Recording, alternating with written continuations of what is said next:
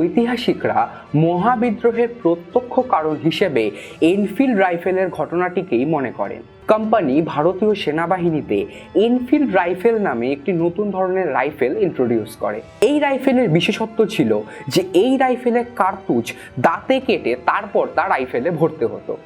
গুজব রটে যায় যে এই রাইফেলের কার্তুজে গরু ও শুয়োরের চর্বি মিশ্রিত রয়েছে। খুব স্বাভাবিকভাবেই ভারতীয় সেনাবাহিনীর হিন্দু ও মুসলমান সিপাহীরা এই রাইফেল ব্যবহার করতে অস্বীকার করে, কিন্তু কোম্পানি তাদের এই সমস্যাকে মানবিক দৃষ্টিকোণ থেকে সমাধান করার পরিবর্তে তাদের ওপর জোর করে এই রাইফেল চাপিয়ে দেয় এবং এই রাইফেল ব্যবহারে তাদের বাধ্য করে। এর ফলে বারুদের স্তূপে অগ্নিসংযোগ ঘটে।